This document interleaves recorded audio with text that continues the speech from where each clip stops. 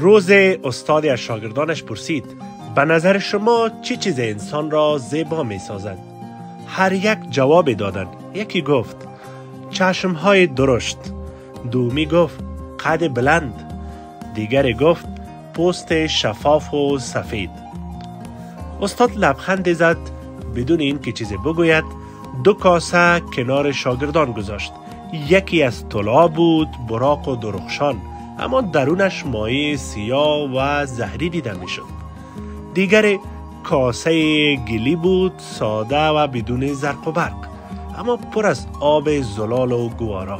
استاد پرسید اگر تشنه باشید از کدام کاسه می نوشید؟ شاگردان با کمی تأمل یک صدا پاسخ دادند از کاسه گلی. استاد نگاه به آنها انداخت و گفت چرا؟ مگر کاسه طلا زیباتر نیست؟ یکی از شاگردان گفت اما درونش زهر است. استاد سر تکان داد و آرام گفت وقتی حقیقت درون چیزی را شناختید ظاهرش برایتان به اهمیت می شود. انسان هم همین طور است.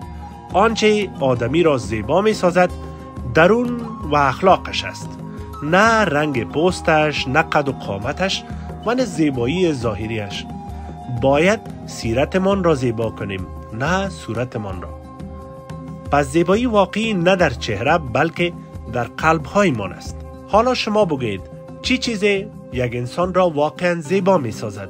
اگر این پیام برایتان ارزشمند بود آن را با دیگران به اشتراک بگذارید. شاید روزنه‌ای باشد برای تغییر نگاه‌ها.